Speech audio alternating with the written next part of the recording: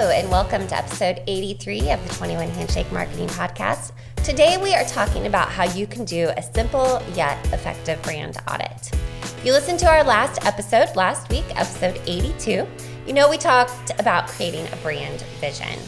Brand is so important, but it can be a big concept to take in. It goes beyond just your logo. It's actually the perception your target audience has of you. And it's also the reason that they say yes to you. So how do you align all your messaging with your brand? Well, that starts with a brand audit.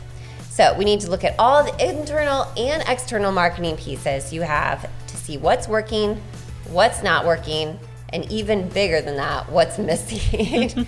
So first, if you're new around here, let's introduce ourselves. I'm Sarah, podcast host and account manager here at 21 Handshake.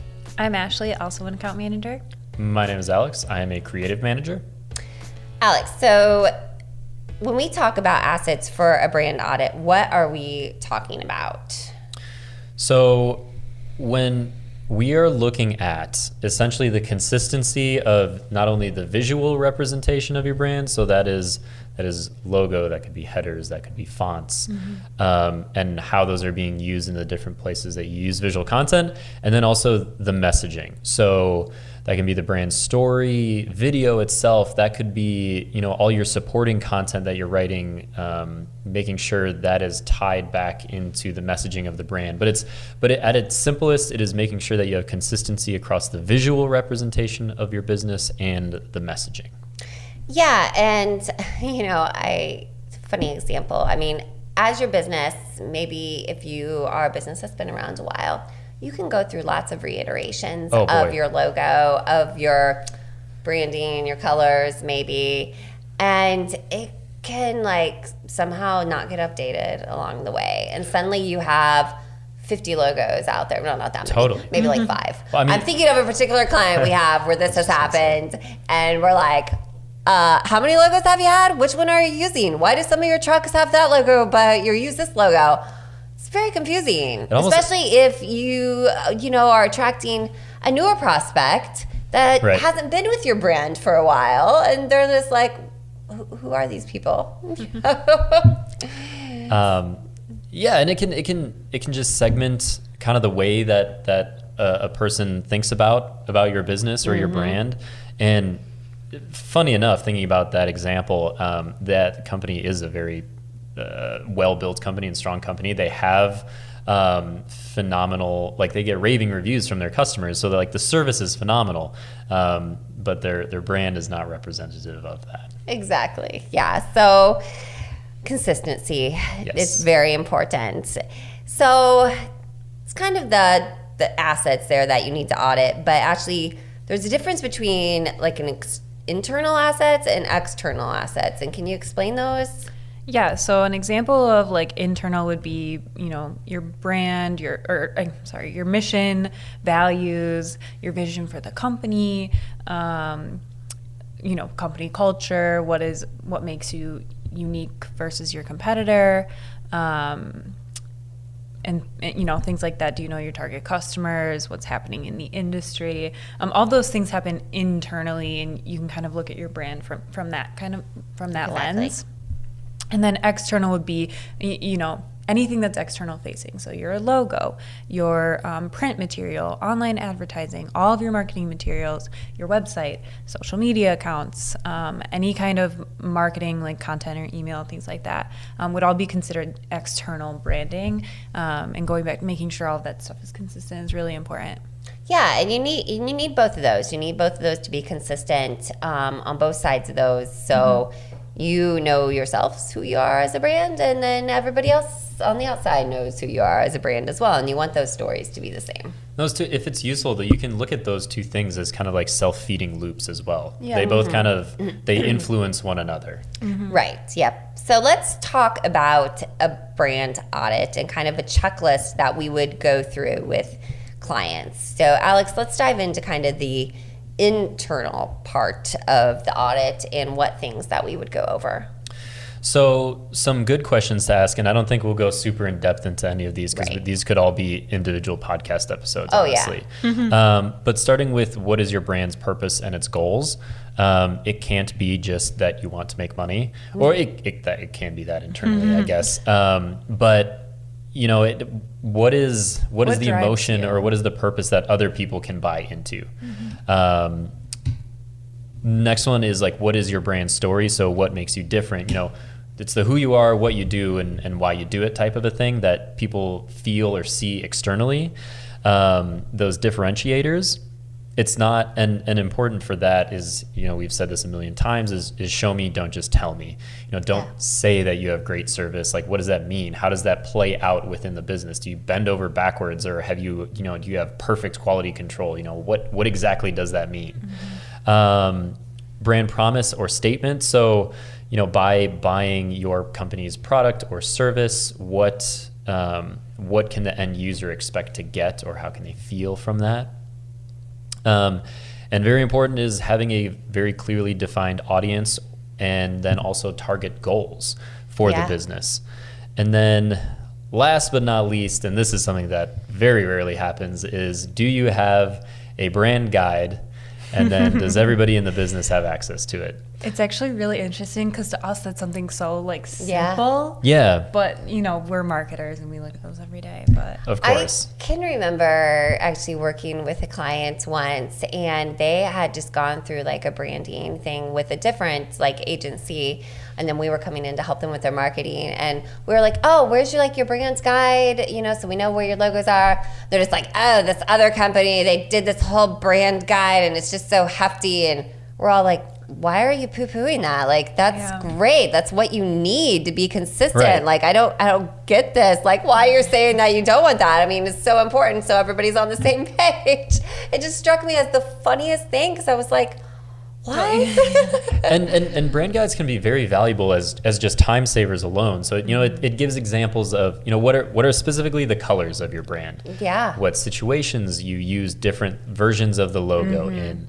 You know, different letter, you know, different header for maybe a header of a document versus, you know, just the logo is going on, but you know, also, at the bottom of a brochure. say you're making like a simple graphic that you want to go on social media, you know, like what is the color code of our brand? Yeah. You know, making sure you have the right blue that's consistent with all of your other marketing material. Can be really hard when you're trying to figure it out without the exact formula code. And if you've done anything with design, you'll know what I'm talking about. But Right.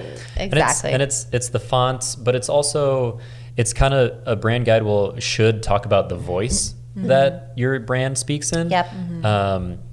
And it's kind of all encompassing, a simple document or very comprehensive. It can, Right. you know, there's we've done both. Yeah. So whereas this brand kind of guide that we're talking about, and we could have a whole episode on this, it's kind of an internal document, but the things in it are external facing. So that's a good transition into the external audit. It's outward facing items.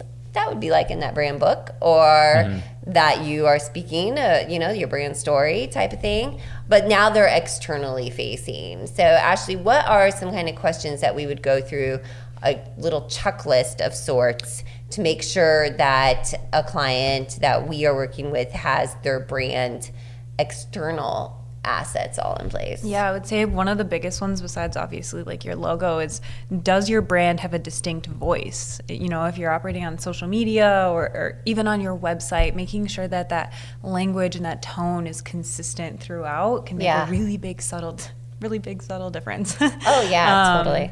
Like a difference, that maybe you wouldn't notice. But next on the checklist would be your professional logo. So what is the logo, the like mark that you're using on all of your stuff? Do you have an alternative logo? And I think that's important. Can you explain a little bit like what an alternative logo would be? In the example of 20, sorry, go ahead. Oh no, I think we were going to say the same thing. So And our logo, our official logo, would be Right. the hands with 21 Handshake. With the words. But we can under also it. just pull out the hands Yeah. and use Right. them by themselves. Yeah. And that would be the alternative. It's not a logo. completely different logo mark. Exactly. For example, like if I might use put a watermark on our video, like just down in the bottom right corner, a little thing, it would be just the hands. It wouldn't be the hands and the name, because the name would be so small it wouldn't be readable, and it just makes it look a little bit more cluttered. Yeah. Right. Or it would be, we were talking about the favicon on a website, which Yes. is that little icon in the corner of With the your tab. Yeah, website tab. That would be considered your alternative logo probably up there, because you're not going to have the words usually in that Right. of your logo or business name. Yes, exactly. So next on this checklist would be a distinctive font and color palette. Pretty basic stuff, right? Talking about the brand book, just making sure that's consistent. Unique graphics, icons, patterns, and textures, as well as business cards, social media accounts, making sure those are consistent across the board. Social media templates, website traffic, website content, media kit, if that's applicable to your business. Right. So I think especially maybe if you are someone who goes around and speaks or something like that, please, you need to have that on your website. Yeah, exactly. A well-written bio or about us, the avatar formatted for social media use. Right, and that would be more, I think, if you are, so your avatar would be different than your favicon. Maybe the person who's representing the company, might have a specific avatar when they're out to make it personable. And, you just need to have that written down and documented. What is it? Who is it? Type of thing. Clearly defined products, services, and that's on, all of your marketing materials. So flyers, handouts, website, social media. And then a tagline or a one-liner that describes your business quickly. Yeah, which is so important, because you're going to get asked, or you need to put that on social media, or even on social media, you don't have much room usually, so that you need that little tag one-liner that describes you as a company. Yeah. And obviously, this is just a checklist. We could probably dive deeper and come up with more, but that's a good starting point. Right. I guess in my research for this episode, I did find 130 questions that you can ask yourself during a brand audit. So if you want to dive way deep into that, that covers a lot of stuff, but it also uncovers a lot. I mean, a lot of these questions I noticed in this 130 brand audit were ones that we cover when we talk about like your brand vision and all that stuff. Cause it was like, are your ideal buyer or your target buyer? So this all just comes, there's so much to do with brand. And that's kind of why we've broken it out the last few episodes to take each of those and to dive deeper, because your brand does have to do with your ideal buyer. It does have to do with your target audience. It does have to do with your vision. It does have to do with now these internal assets and external assets for your company, and really just aligning who you are and the visual representation of that, so then you can go and take that and deploy that in a consistent manner. So people are going to start associating those items with you. Exactly. Yeah, so very cool. So again, this is a short and sweet episode. We are going to link this brand audit checklist in the show notes. So if you want to go and quickly assess your own things and where they should be, or start to think about like, well, I have 3 logos from 3 different years because I've rebranded myself 3 times. Where is all this logo being used? This is a good place to start. So we're going to link that in the show notes.